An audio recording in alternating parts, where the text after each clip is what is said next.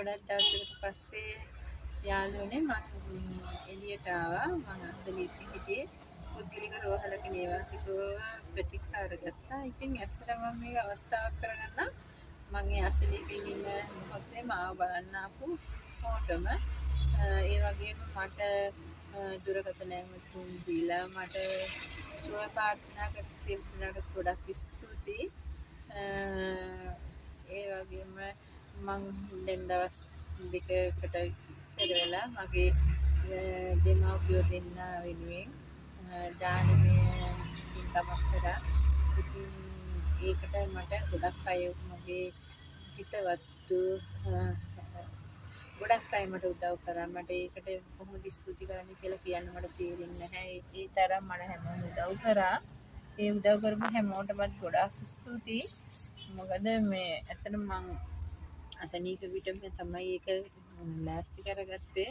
මට ලොකු ආසාවක් තිබ්බා මාව මේ ලෝකෙට බිහි කරපු මගේ දෙමව්පියෝ දෙන්න වෙනුවෙන් ඒ වගේ පින්කමක් කරන්න ඕන කියලා. ඉතින් මම ඒක අවස්ථාවක් කරගෙන ඇත්තටම මේ පින්කම කරේ හරි ආසාවෙන්.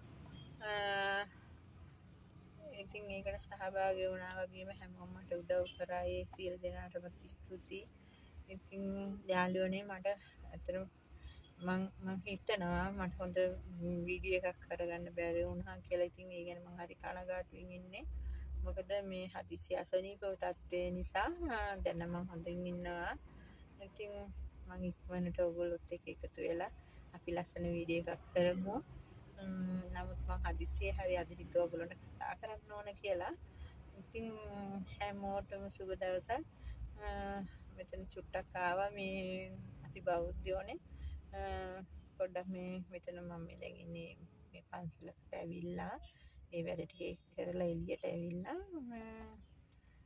මේ හැමෝටම ගොඩාක් ස්තුතියි මට උදව් කරපු මට සුවය ප්‍රාර්ථනා කරපු හැමෝටම.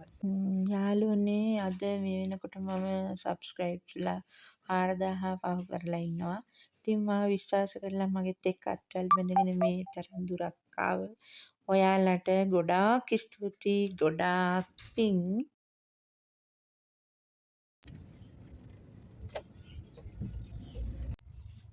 මේ ඉතින් මේ පන්සලට චුට්ටක් ආවා.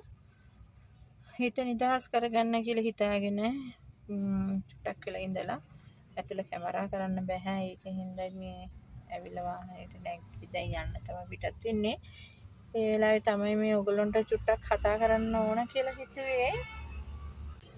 ඉතින් හැමෝටම සුබ දවසක්. හැමෝටම ආදරේ ගොඩාක්.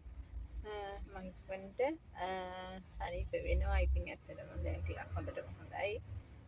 අපි හොඳ වීඩියෝ එකක් කරමු. හැමෝටම ආදරේ. සතුටින් ඉන්න.